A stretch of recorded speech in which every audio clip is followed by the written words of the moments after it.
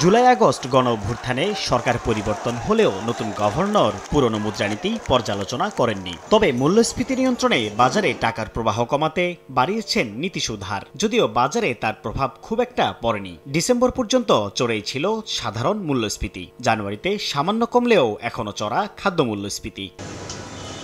এমন বাস্তবতায় গভর্নর হিসেবে প্রথমবারের মতো মুদ্রানীতি ঘোষণা করতে যাচ্ছেন ডক্টর আহসান এইচ মনসুর। জানুয়ারি থেকে জুন সময়ের জন্য দেয়া এই নীতির ভঙ্গি এবার অত্যন্ত সতর্কতামূলক হলেও সুদহার বাড়বে কিনা তা স্পষ্ট করেনি বাংলাদেশ ব্যাংক।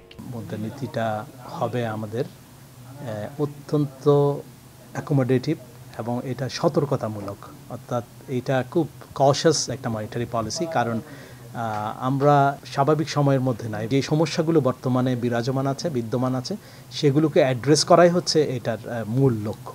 সুদের হার বাড়িয়ে মূল্যস্ফীতি নিয়ন্ত্রণ বাংলাদেশের প্রেক্ষাপটে বাস্তবসম্মত নয় বলে অভিমত ব্যবসায়ীদের। জানান, দেশের শিল্প প্রতিষ্ঠানগুলো ব্যাংক ঋণের উপর নির্ভরশীল, তাই সুদ বাড়ালে পণ্য উৎপাদন খরচ বেড়ে মূল্যস্ফীতি উস্কে যায়। এজন্য ভারসাম্যপূর্ণ মুদ্রানীতি চান তারা।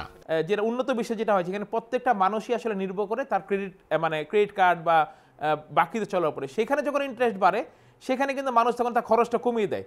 আমাদের এখানে পুরোপুরি ক্ষেত্রটা একই হয় না। তো আমার মনে হয় মুদ্রানীতিটা মাঝারি আকারের করাটাই ভালো হবে।